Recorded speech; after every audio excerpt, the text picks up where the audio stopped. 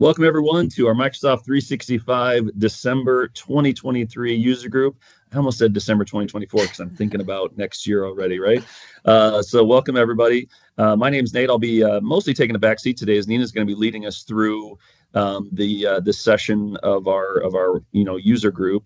We're going through the next stage of really the adoption and the train the trainer stuff that we recommend. These are some of the topics that we have found that we want to go over, that we don't want to presume that people know, as well as, and again, one of the things I always like to remind people that are watching or joining live is that these are things that you might know and probably do know, but these are things that we've learned about how to go through it as you're thinking about training your end users, or as you're thinking about how end users are looking at this, the folks on your team that maybe aren't as familiar with these solutions as you are. So that's really what we're trying to really wrap our heads around today, is not just that these are things that you already know, but it's more about things that how can you think about it from a driving adoption to the folks that aren't as familiar with it. So today, here's the agenda. We're going to be really hitting on OneDrive and some of the challenges of OneDrive and some of the ways in which you can use OneDrive for adoption. Document management and storage is a big one. And Nina, if you don't bring it up, and one of the things I'm going to bring up is the limitations of OneDrive document storage, because sometimes syncing too much information is a pain in the butt, and in your planning process, you can do a better job of that. And then we're going to get into some searches and things like that, and how you can start using browsing for searching. So before I give too much away, Nina, why don't I pass it over to you and guide us through the process? Thanks, Nate. So just a quick recap from the last session. We really looked at some of the document management tools, uploading, and how to access it, and kind of looked at the differences between SharePoint versus OneDrive versus Teams. And so I just wanted to close the loop kind of on that session and just look at a couple things with OneDrive that we really didn't touch on in the last session.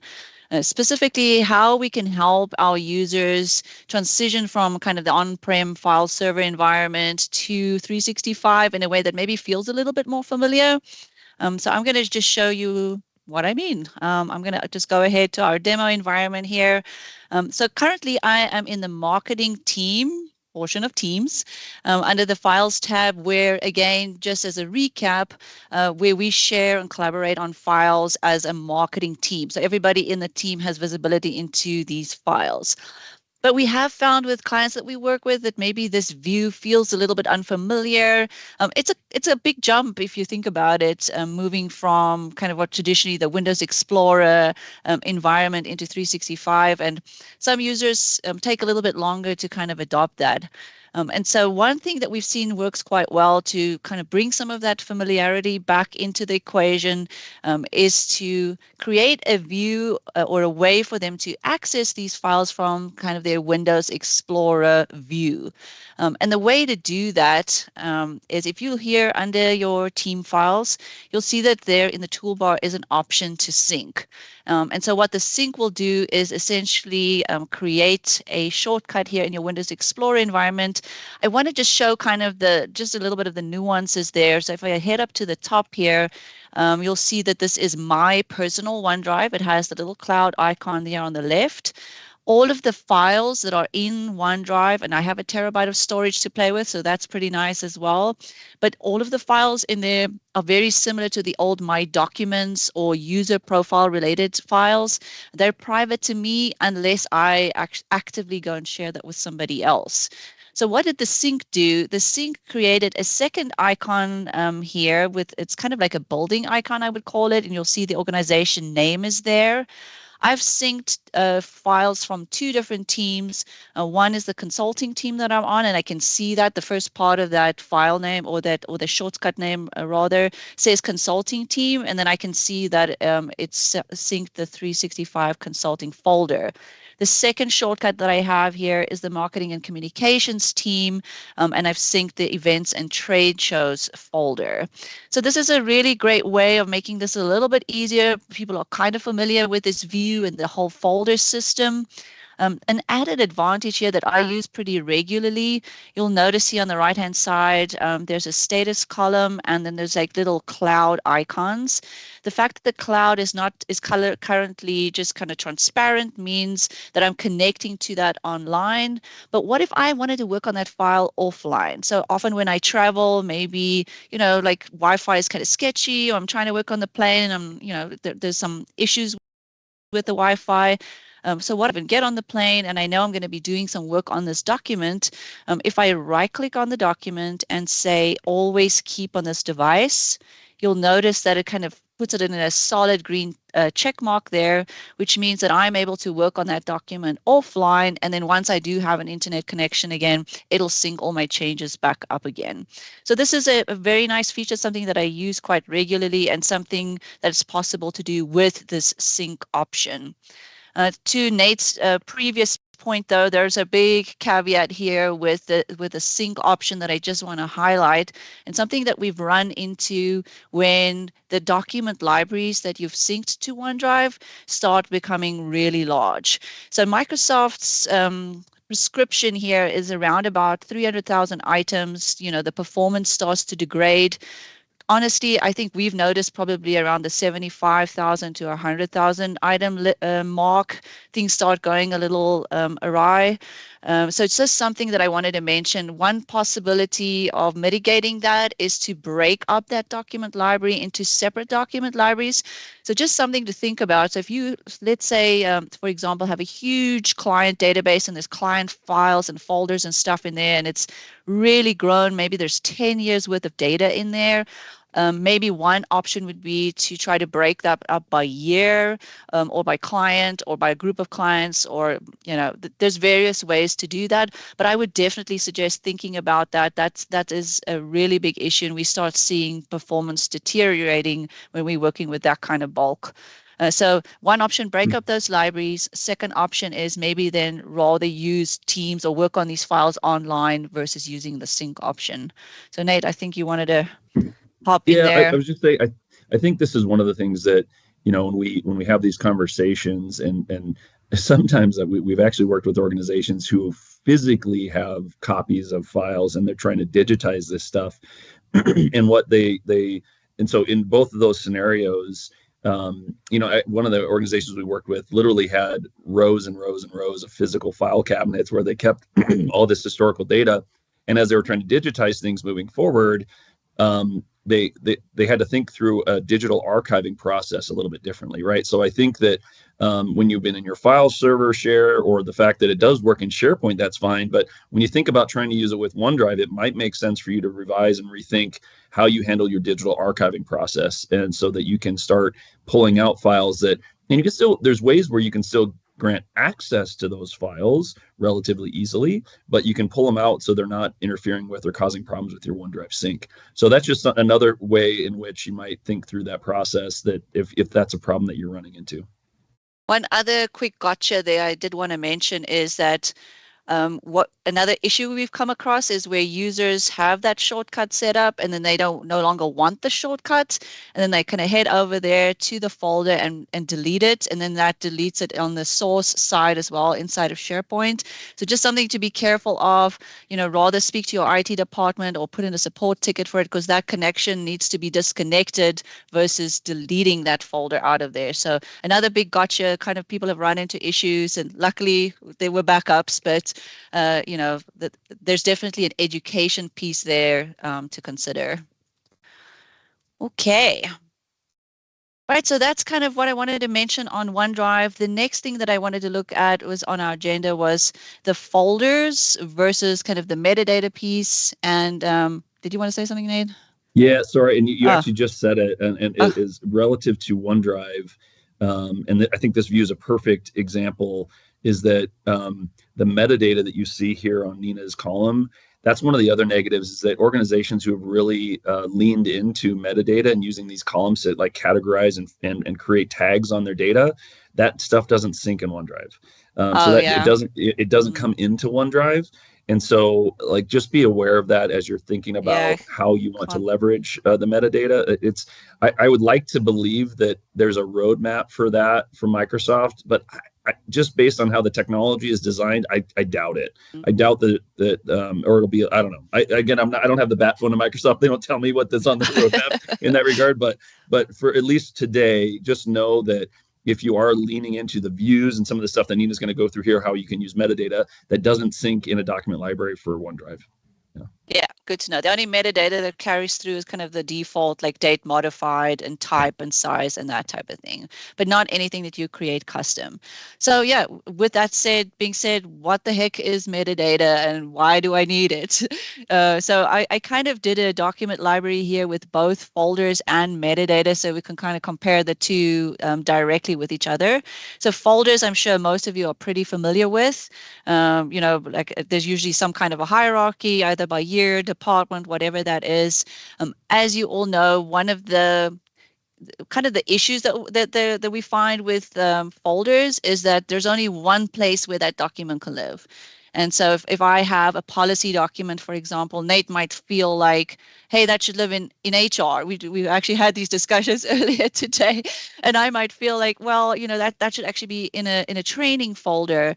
And inevitably, what happens with that is with different people with different views on what the folder structure should look like, we often end up with a lot of duplication because a lot of people are putting the same thing in a lot of different places.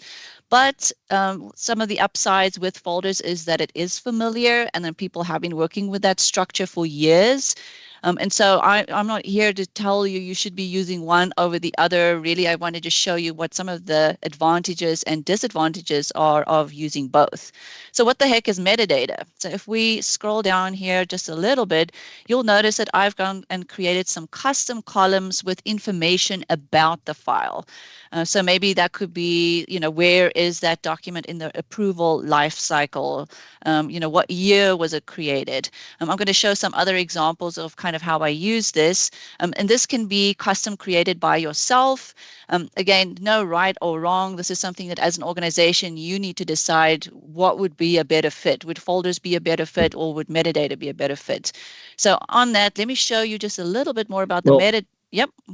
And Nina, just as Yeah. one of the things that just to connect the dot from the first part of what you said to this, what I've found, and again, folks that are listening or watching in the future, again, this probably is very intuitive and makes total sense to you. But one of the things that we found when we talk to end users about this is that if you look at the metadata, that in the file server world, those could be folders, right? So and it's kind of what Nina said in the beginning, like, well, if you needed metadata of sales and ongoing, or what Nina had previously, like approval status or year, you might have folders of that, but then you get this weird like embedded folder structure if you're trying to accomplish that. And so that's where if you're trying to train end users on that, like metadata in their past life, they might think of it as a folder structure that they built, but then it makes it harder to find information. So like sometimes I feel that helps connect the dots for end users in particular. So yeah, sorry to derail you there, Nina, but that was something that I've found that just helpful to folks.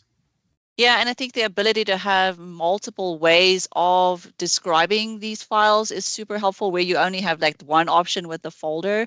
So yeah, so I've created some custom metadata here.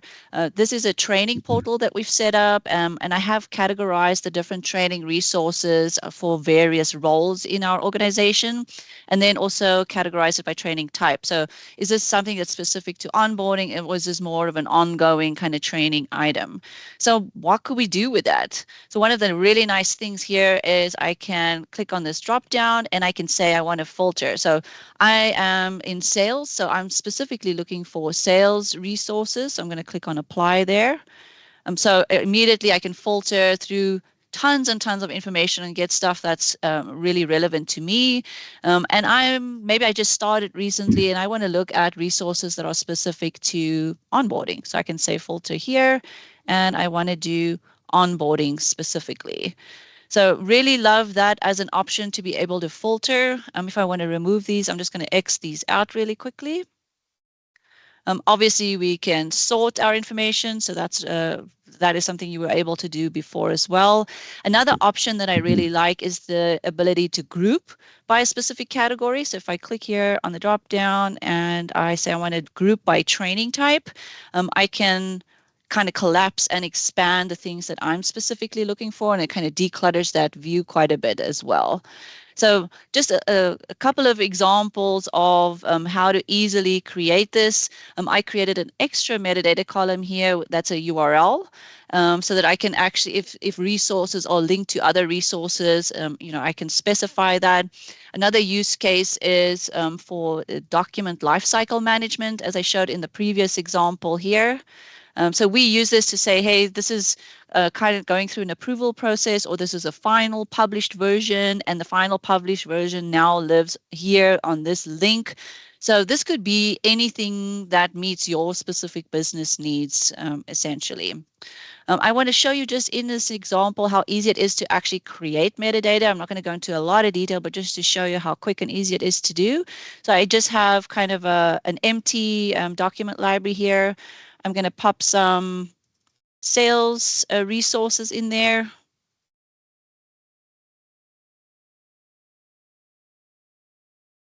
As it's thinking here, I'm going to add in the column that I just showed you, which was a training category. So I'm going to say add column. You'll see I have a lot of different options here for types of metadata that I want to create. It could be date and time. It could be a big chunk of text. It could be a specific person. So a lot of different options. For this, I'm going to specifically choose the choice column. So say next. And I'm going to call this training category. And we're going to do those two options that I showed you earlier. So this is for sales, and this is for technical. I'm just going to take out that third choice. Under more options, so this is quite nice to know, is that I can also allow multiple selections. So what we've noticed internally is that a lot of resources are applicable to multiple different roles. And so we want to be able to specify that there. So we'll allow multiple selections. So I'm going to say save. And then I'm going to add one more column for training type. Next. Training type. And this was the either onboarding or we're looking at ongoing training. All right. Now you could go and assign that metadata one file at a time. So if I click here on the file and I click this little I button here on the right-hand side, I can go and assign the metadata that way. But I feel like that's a little laborious for me particularly. So I like to use the edit in grid view option so that I can do assign bulk metadata at the same time. So I know that this is all sales related. So I'm going to go ahead here and pick sales. And very similar to how you would autofill in Excel, you could just autofill that category right down there. And I'll just do the same. I didn't know you could do that. See? I didn't know you could drop that in the edit grid view. I had never done that. That's awesome. I didn't know that. I've got it. Got to work fast. So yeah. All right. So I'm going to go and exit grid view there.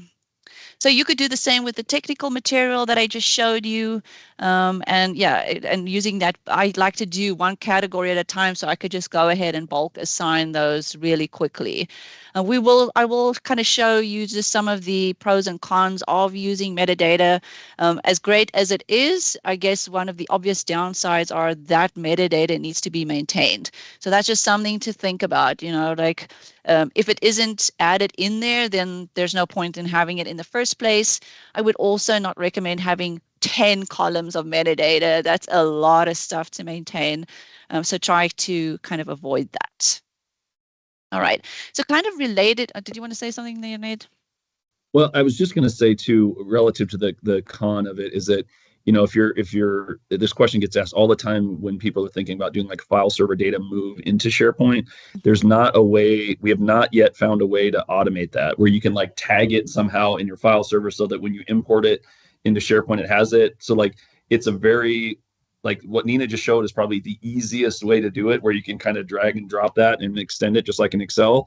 But otherwise, it's also something that has to be manually entered. And so that's also the negative of metadata as well, just to be aware of the work ahead of you if you choose to use it. Yeah. One other thing that's kind of related to metadata and very powerful, I'm really starting to leverage this functionality more and more. It's we were just talking about it this morning, just internally at MyTech and with a lot of clients, we're seeing specifically learning portals or training portals in development, having a really large amount of information for people to consume and trying to make that as simple and easy and uncluttered as possible to access. So if you head over here to the right-hand side, you'll see at the moment we're viewing this information and we're looking at all of the documents at the same time. However, what I did here is I created two separate views. So instead of having to have the user go and then do the filters and apply all of these things so that they can get the information out that they want, I'm immediately curating a view for them that they can just switch to pretty easily. And I'll show you another little powerful thing that you can do with that in just a minute. So if I go to sales training, what I did was immediately applied all of the filters and then saved whatever that view is. And if I like the way that it looked, saved it as a view here. And I'll show you in a second how to do that as well. Or I could, as a technical person, I could do the technical view and see only the documents that are related to me. So kind of heading back over here, at the moment, we only have sales, but let's for a second pretend we had sales and technical. So let's say I had done the filter here and I only wanted to view sales and apply. And maybe there was additional filters and things that I wanted to apply here so that it really is the easiest view for users. If I go here to the view section, I can say I want to save this view and we'll call this the sales view. All right. So really easy to go and create a view based off something that you've created. And again, there might be a little bit of training involved with showing users how easy it is to switch between views if needed.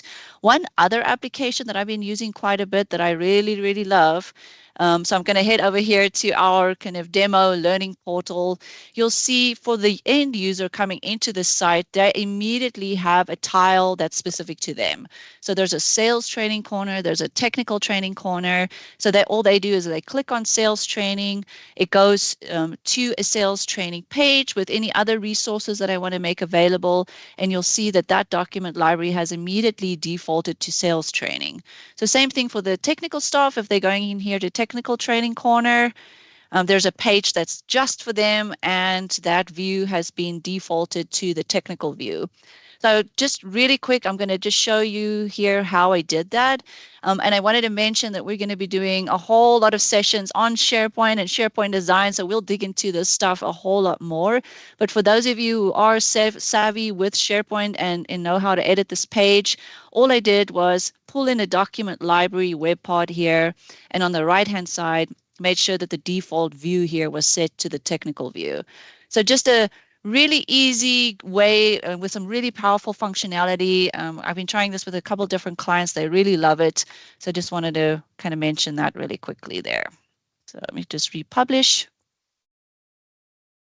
Okay, so quick recap just on kind of the folders versus, and I see you wanted to say something before I head over there, Dave. Well, yeah, go back to the view that you were on. Yeah, so go back to the view where you had both the sales and the technical, if you wouldn't mind. Yeah. One of the things, this is a weird little thing that we discovered doing some training with the client, is that sometimes you want to take those list views and you want to export them into Excel.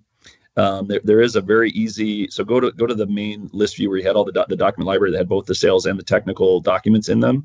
Yeah, one of those other pages. Yeah, there, for instance, and then remove the technical filter.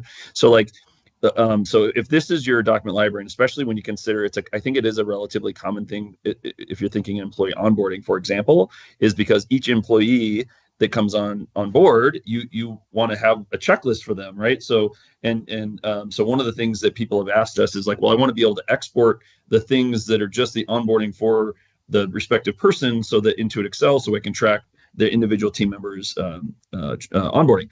So it's again, this is a weird little nuance of the filters, is that like you could do the filters like filter by sales or filter by technical, but if you only do the export after doing this, it will export the entire document library. But if you save the view as sales or technical, like Nina has done, and you've applied that view, then when you hit export, it only exports the things that are in that view. So it's a subtle nuance because it's the same, like what you're seeing is the same thing, but you if you want to actually export it and have it only export the filtered, you have to save the view and then export it after you've saved the view. So, and then it only exports again. Maybe I'm doing something wrong, but as far as I know, I tested it multiple cases. If you want to export it to Excel and just export that information from that view, you have to save the view first. So just a little nuance of another thing that you can use those views for if you're trying to be able to export to Excel. Yeah, thanks. That's a good point too. Yeah, so I just wanted to quickly, just as a recap, look at the for folders and for metadata, just quickly review what some of those advantages and disadvantages are. I think that that will be helpful to kind of think through what would work best for our organization, because sometimes it's a hybrid approach. Sometimes it's a little bit of both, but kind of thinking about that. So yeah, for folders, the advantages is obviously it's familiar. Most people are familiar with kind of that hierarchical structure. And from a security and permissions point of view, you can actually apply different permissions at a folder level. You'll notice I have a little asterisk there. We generally don't recommend that you break inheritance that far in a document library. As far as possible, if you can, is to keep the permissions pretty standard at the document library level. And speaking of the document library level, that was one other thing I was going to mention with metadata. Metadata is also, you're only able to set that at a document library level, not at a specific subfolder level. So just one thing that I wanted to mention. So the disadvantages, it's really hard to scale folders because, as we all know, that folder structure can get complex really, really quickly. And it's pretty inefficient when you're searching for stuff because, like, if you can't remember specifically which folder it's located, it can be really hard to track down. With regards to metadata, obviously way more improved search capabilities with some of the stuff I showed you around sorting, filtering, and views, much more scalable. I like the collaboration piece there because I can link and reference to other documents that are related to that document with the URL that I showed you. But the disadvantage are it can be complex and time consuming figuring out what that taxonomy is going to be, and then making sure that that metadata has been applied to all of those files and making sure that that's maintained. I think that that's where I see some of this falling over. And, I think that with that, there's also a bit of a training piece as well to kind of familiarize people with the fact that there are views and how the filters work and that sort of thing. So it doesn't help to have the functionality, but people don't necessarily know that it's there or how to use it. All right, so the last thing that I quickly wanted to touch on, since we're talking document management and searchability and all of that, is just how we can search or use the Bing search that's part of your 365 subscription to crawl through your entire 365 environment and help you find stuff. I use this all the time. So I'm going to open up my Edge browser. And if I open up a new tab, you'll see that I'm here in the MyTech environment. Hence the fact that Chrome ain't going to work in this particular instance because it's not tied into your 365 environment. So let's say I'm looking for train the trainer resources, and I hit enter there. Now, what it will do is a typical kind of internet Google type search here, and that's not what I'm looking for. I'm specifically looking for something that's within my 365 environment. So you'll notice at the top here, I have a search, chat, and work tab.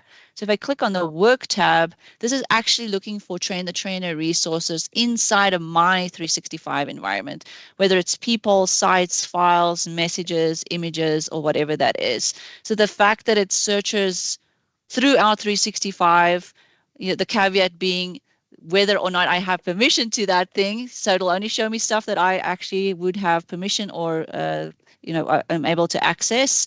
But yeah, I use this functionality all the time. Really powerful. And I think that's one of the reasons why, we like to highlight this. And this is a Bing function, and you have to be authenticated, like Nina mentioned, but that most people, if you're coming from the file server world, think about your end users and think about how often they've probably been disappointed. That's probably a very I probably use a stronger word, but they've been definitely disappointed in the search capability, because the file server search is terrible. It doesn't work. It takes forever. It's not very accurate. And you have to be able to search the name. Your search has to match a title of the document or title of the folder, or word in the title, whereas this actually searches not only the title of the document or the folder, but also the contents of the document. So it's just something where again, for those of you who are watching, it's probably pretty obvious that, like, oh yeah, this is cool, and I probably used this before, but end users don't necessarily know this, and in fact, they probably have years, if not decades, of behavior trained to not use search, because in a file server world, it's not been accurate.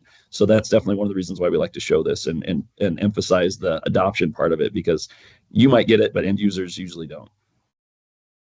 For your team. Yeah, I think I want to maybe pause here just for a second. And Stephanie, I don't know if there's any questions or anybody has. Just want to open the floor there.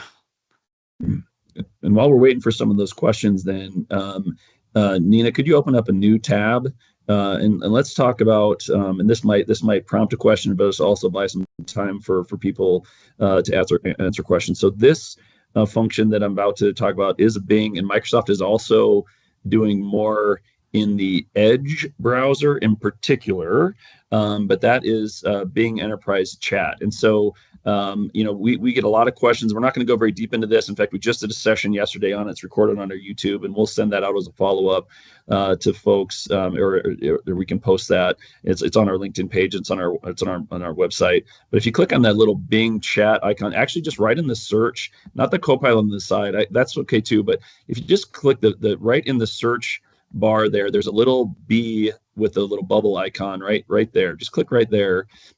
This actually pulls up the whole page, and of all the things that this is basically a private, confidential, secured chat GPT, right? So if you're thinking about leveraging AI and some of the generative AI buzz that you've been hearing a lot about, there's a couple things I like to point out. It's right available in Bing in the Edge browser in particular. And notice by Nina's name at the top, there's a good protected kind of indicator, and it says your personal and company data are protected in this chat. And also it's shown down by the Ask Me Anything. It's noted very small there. Your personal and company data are protected in this chat. And so this is something we get a lot of questions, and there's probably a lot of buzz. In fact, many companies, you've probably read articles about it, that have published an AI policy that says you can't use a public AI, which is like ChatGPT, Google Bard, some of the ones that are out there. But this is included if you're authenticated, if you have a business premium SKU from Microsoft 365 or one of the enterprise, I think E3 or A5 SKUs, I think it's also included in those. This Bing Enterprise Chat that has a protected, secured, confidential, basically AI is available to you. And so there's lots of stuff you can do with it. We're not going to go deep in that, but we like to call this out as not everyone knew that that's included in your business. Like, what licenses do you need? Because it might have just been available and you didn't even know that it was. And Copilot, even though Microsoft will show, in fact, even if the screen will show Copilot sometimes at the top, it actually shows Bing Chat Enterprise. It's interesting how Microsoft's doing that. They show Copilot there, which is the same, and then they'll show Bing Enterprise Chat. So basically, Copilot for the web or Bing Enterprise Chat are what we're talking about, and that's something that is just another search capability that is built into your Microsoft 365 license. Again, if you have the Business Premium or some E5, E3 SKUs. So didn't know if that prompted any questions from folks or not. No, it's getting the head nod that we're not. So, all right, Nina, well, maybe we can wrap it up and talk about like what's the next session and what are we going to hit on? Yeah, so thanks for that. The next session we're going to be really going more into productivity apps. If you think of like Planner, To Do, Microsoft Forms, and not only how that operates as a standalone kind of app, but how we can really integrate that into our team's environment and really mimic what our team's day-to-day operational functions are. Just going to show some practical use cases of how we use it. So yeah, that should be pretty interesting and exciting. All right, well, let's wrap up. Thanks, Nina, for taking us through that today. I mean, there's a lot of power in metadata and views, and how you can make it easy for your team when you're digging the SharePoint navigation, which we're also going to cover later. Just you don't have enough time to do it all in one session. So, thanks for either watching live or watching the recording in the future. And by all means, if you have any comments, make comments, subscribe. If there's other content you want us to cover, let us know. If there's utilities or data that we could help with, like we're game for, we have a lot of this information. We're trying to create some value here for those folks that are joining us for the user groups. We really want to build some community around it so that we can all help each other out, because I learned a couple of things new today from Nina that I didn't even know in being able to drag and drop and kind of extend that. So there's always nuggets to learn from each other, and we're just trying to foster that kind of connection. So thanks everyone. Hope you have a wonderful holiday season, and we'll see you next month in January.